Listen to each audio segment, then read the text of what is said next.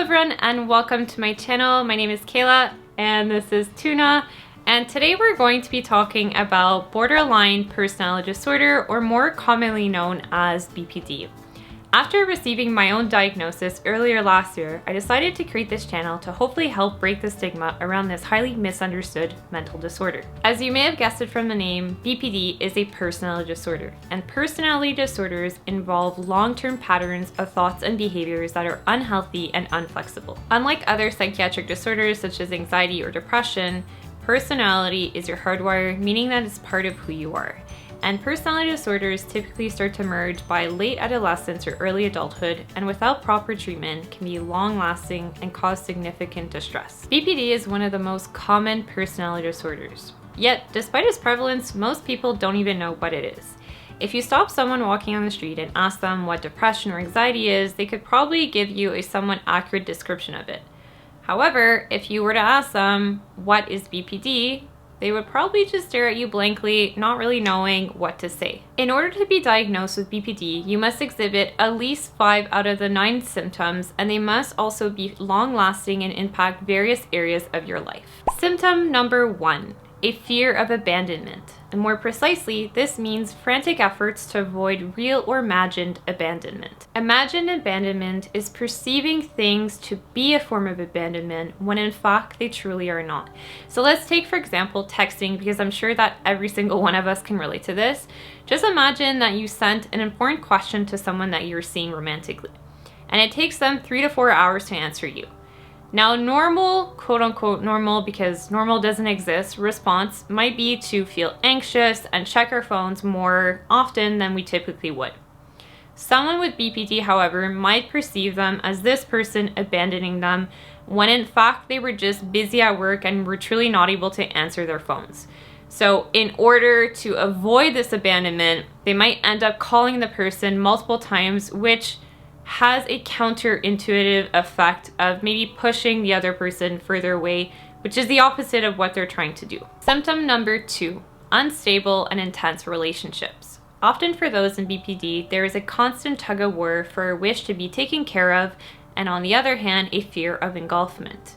So what this might look like is that they will frequently alternate between a desire for closeness and intimacy, and then a fear of intimacy. So it's kind of going back and forth between these two states and having a hard time coming in the middle. And because those with BPD often have this black or white way of seeing the world, or this all or nothing, very extreme way of conceptualizing things that are happening to them, they often fluctuate between I love you and I hate you, which makes often for very short-lived and intense relationships. Symptom number 3, unclear or shifting self-image. Those with BPD often lack a constant and core sense of identity, so they will often view their qualities, such as being intelligent or attractive, as comparative qualities rather than constant traits. So for example, someone who has BPD and completes the test and gets a high score will view themselves as intelligent.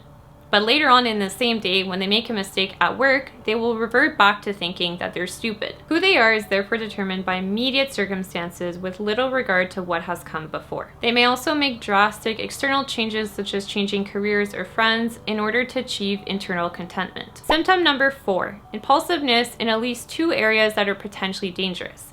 These areas can be anything from overeating to spending money recklessly to drug abuse. Those with BPD may engage in harmful sensation-seeking behaviors to help them feel better in the present moment.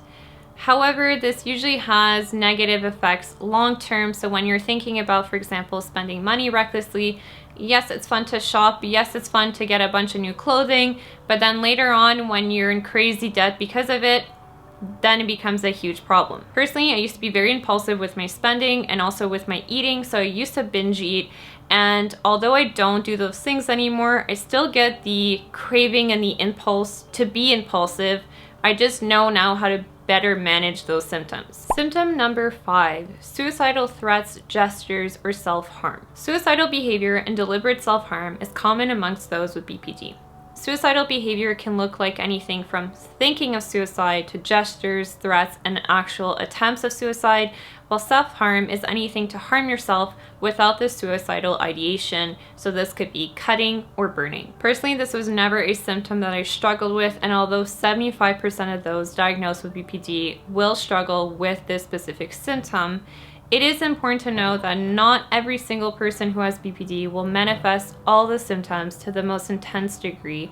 Every case is unique, and so it's really important to keep that in the back of your mind while we are going through the rest of the symptoms. Symptom number 6, affective instability. Now, mood swings are very common and typical for those with BPD, and these mood swings will typically last for hours on end rather than days and weeks like we see with those with bipolar disorder. They may shift from being happy to being irritable or anxious, and small things that other people would really just brush off might send them into an emotional tailspin. Symptom number 7, chronic feelings of emptiness. And so the best way that I can describe this is a chronic feeling of existential angst, and as though there's a void, an ever-present tension within. Now, this is evidently linked to this lack of identity, because if you don't know who you are, I think it's normal to feel a tension inside because you have no direction and no aim in life. And so those with BPD will often act impulsively to try to fill this void within. Symptom number 8, inappropriate or intense anger. Those with BPD may struggle with intense anger or short temper, and once that fuse is lit, they may have a hard time controlling themselves. It's important to know that this anger is not always directed outwardly. They may in fact spend a lot of time feeling angry at themselves within. Symptom number 9, transient stress-related paranoid thoughts or severe dissociation. When people with BPD are under a lot of stress, they may experience symptoms of paranoia. So they may find hidden meaning in speech, body language, glances, or really anything that looks totally normal to everyone else. They may even go so far as losing touch with reality and experiencing what we call dissociation. So it's a feeling of feeling foggy, distance from yourself, and what I like to call the zombie-like feeling. What I really want to emphasize here is this notion that we need at least 5 out of the 9 symptoms. And these need to be long-lasting as well. So if you're feeling impulsive and self-harm for maybe a week's on end and the behavior stops, this doesn't mean that you have BPD. Although identifying with several of these symptoms in today's video can be a really good starting point, it is crucial that you do consult with a mental health professional in order to get properly diagnosed. On that note, every Monday I will be releasing more videos about all things BPD, and so subscribing to my channel and sharing my videos is really the best way to make sure that the most people can see it, so that hopefully they can find the courage within my own story to share their own. Tuna and I would love to thank you for watching today, and we'll see you back here next week for another episode of On the Line. Bye!